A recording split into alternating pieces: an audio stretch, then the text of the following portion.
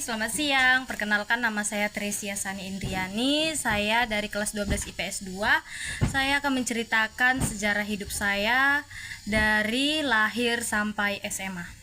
Jadi sejarah hidup ini pelajaran bahasa Indonesia yang dimana kami disuruh untuk menceritakan sejarah hidup kami dari lahir sampai kami SMA.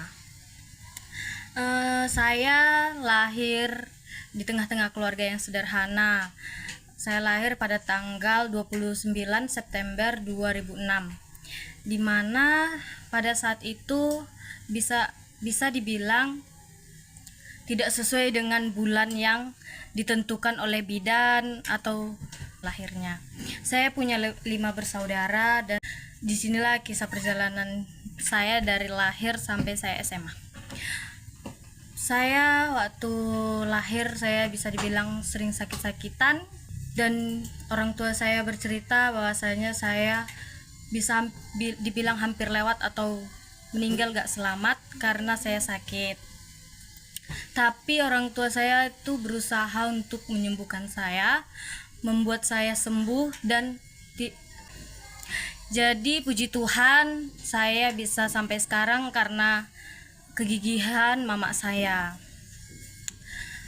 Kehidupan saya bisa dibilang menyedihkan dulunya, dimana saya dulu dengan orang tua saya, kakak saya, memenuhi kebutuhan hidup itu adalah untuk memulung atau mengambil mencari-cari botot untuk makan dan minum.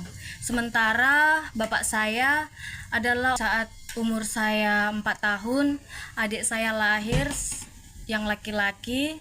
Di situ kami pikir bapak saya sudah berubah. Hanya sebentar kami merasakan kebahagiaan atau merasakan kasih sayang bapak itu cuma sebentar, sampai umur adik saya umur 3 bulan. Di situ bapak saya kembali lagi tapi takut. Pokoknya saya takut kepada bapak saya pada saat itu. Dimana saya hanya bisa melihat 5 tahun. Di situ saya mencari-cari botot sama mama saya. Di situ keempat lahir. Di situ bapak saya iri, dimana di situ bapak saya sayang kali sama adik saya yang perempuan yang keempat ini. Kami tidak merasakan seperti apa yang dirasakannya, kayak tersingkirkan. Jadi gimana pun dibilang itu tetap bapak saya. Terus umur saya 6 tahun lahirlah adik saya yang kelima. Di situ saya belum masuk sekolah, walaupun bisa dibilang terus yang masih disekolahkan itu kakak saya. Pindah rumah kami ke PT.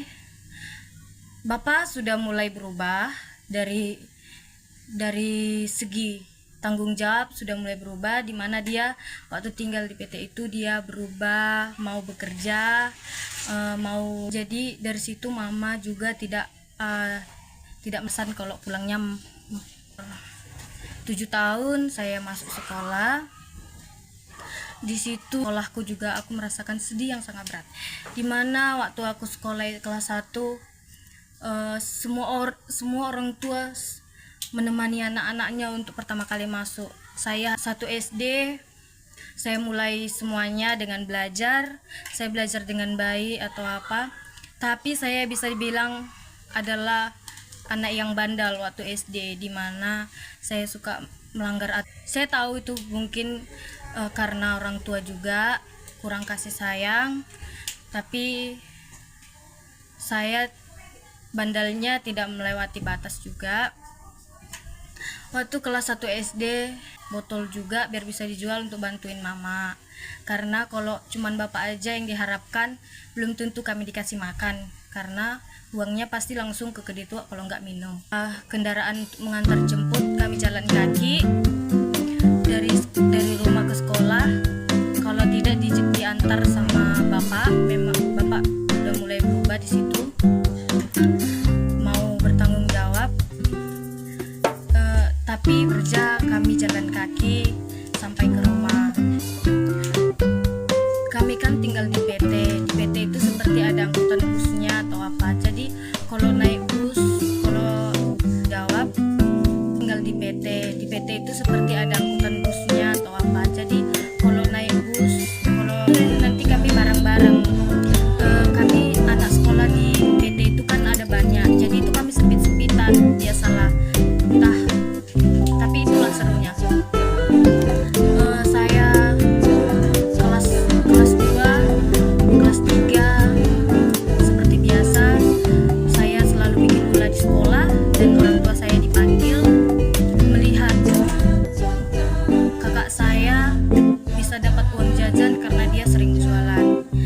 saya itu waktu SD dia udah pintar cari uang, dimana dia menjual-jual buah untuk dapat uang jajan.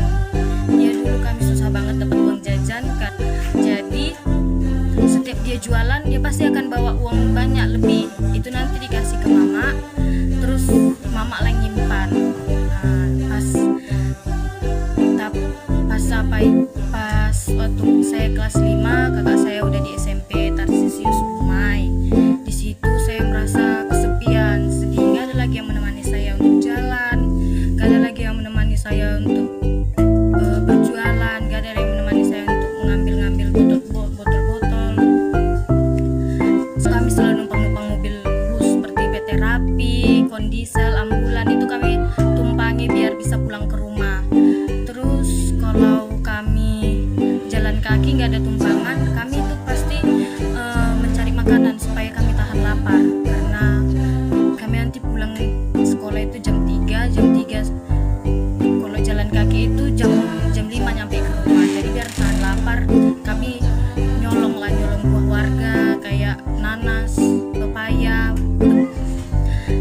Waktu saya masuk SMP, disitulah bapak saya udah mulai berubah drastis, dimana kakak saya sudah di Teresia. Di situ kakak saya SMA, jadi bapak saya berusaha untuk membuat anaknya sekolah walaupun dia kayak gitu keadaannya.